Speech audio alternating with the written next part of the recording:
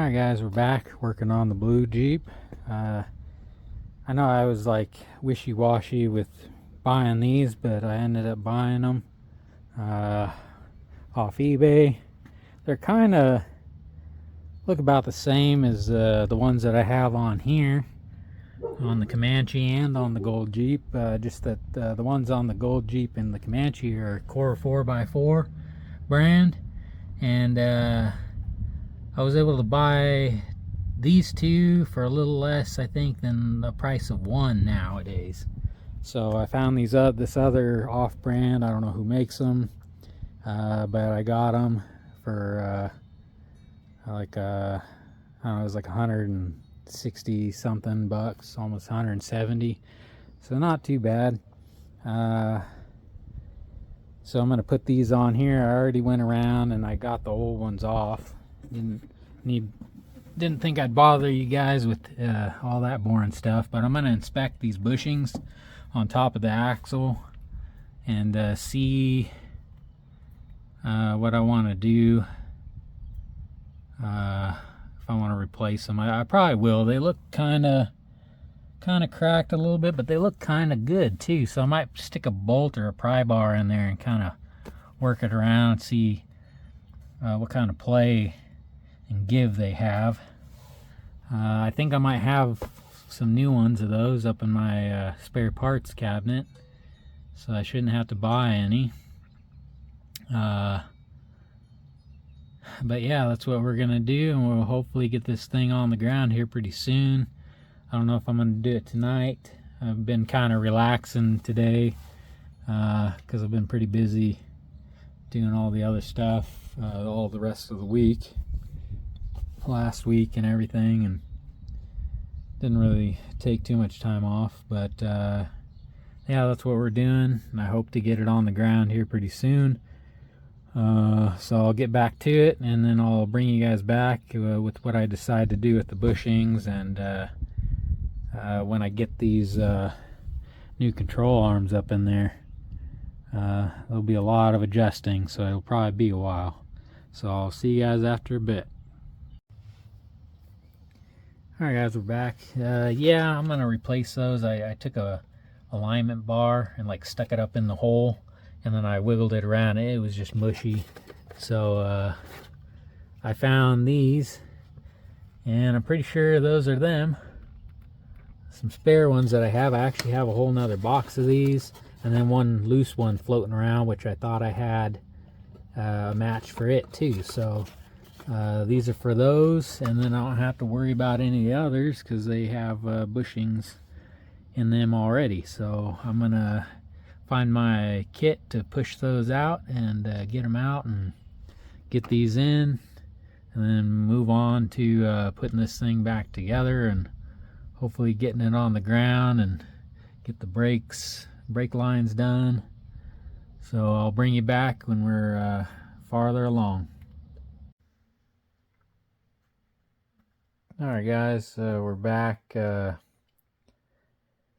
was working on the Gold Jeep, doing the SYE kit, and as I was tearing it apart, like when I drained the oil, I noticed a lot of seemed like a lot of metal and stuff.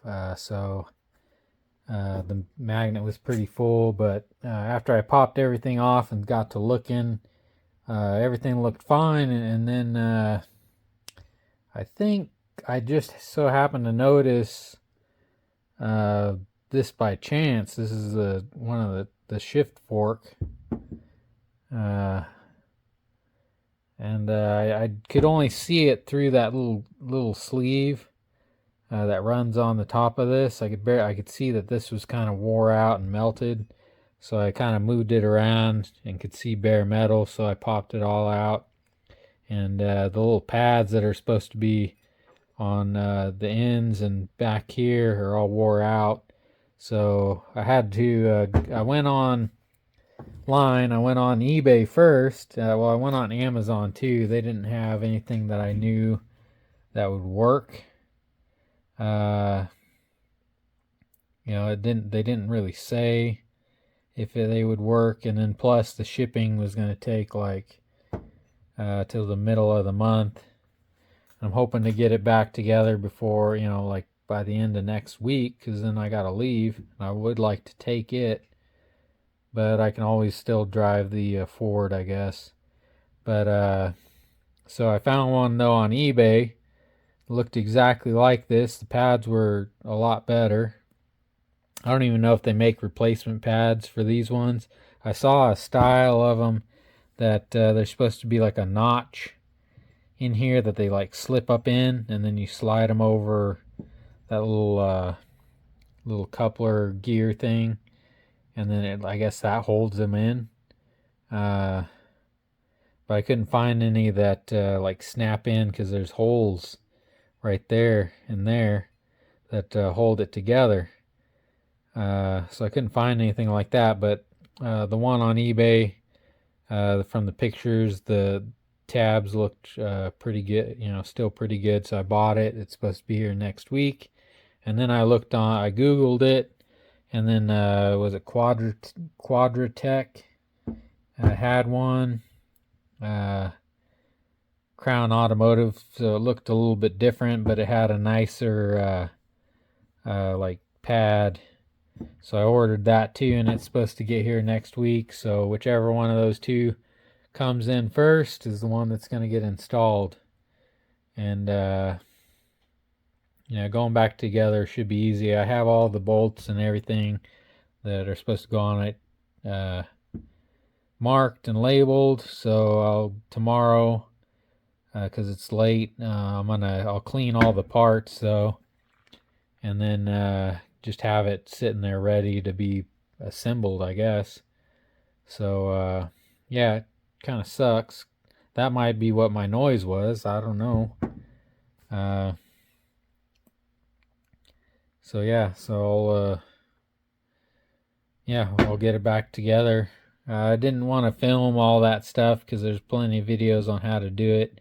The guy that I watched that does it in the vehicle, was it some guy off-road or some guy outdoors? So you might want to check him out. He does a pretty good, real good job of showing you how to do it while it's in the vehicle. He just didn't have this issue that I'm having, because I was hoping that I could do it just like the Comanche, get it all put back together, and be driving it again. But now it's going to be down for a week, so hopefully those parts get shipped out quick and get here fast. But at least I still have the Ford right now. I didn't start working on it, so I'll bring you guys back when we do something else. Alright guys, we're back. So since we're waiting on parts to finish that SYE kit for the gold Jeep, I figure we'll come over here to the blue Jeep and continue on with our getting the springs and the control arms installed. So let me get all set up, drag the springs out and the control arms, and then we'll climb under there and start doing it. I had to rob the jack for working on the gold Jeep, but now we can put it back up under here to move this axle around. So let me bring you back.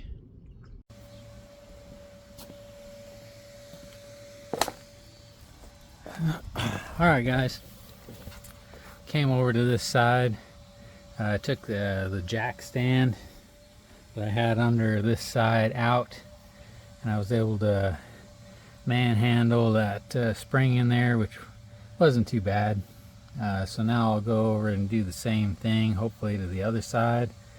I'll take the jack stand out, and I'll probably need to lower the jack on that side, at least get the spring in there, and then once we get it in there, we can kind of drag the jack hopefully towards the front, out from underneath, to hopefully get this thing set up in here a little bit better, so then I can start running those out to the length that we need.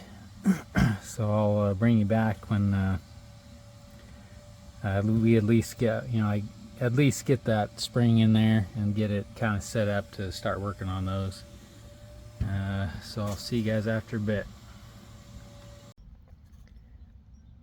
Okay guys, we're back. I went ahead and kind of adjusted the lower control arms. What I did is I did this side, kind of got it lined up as, best as I thought,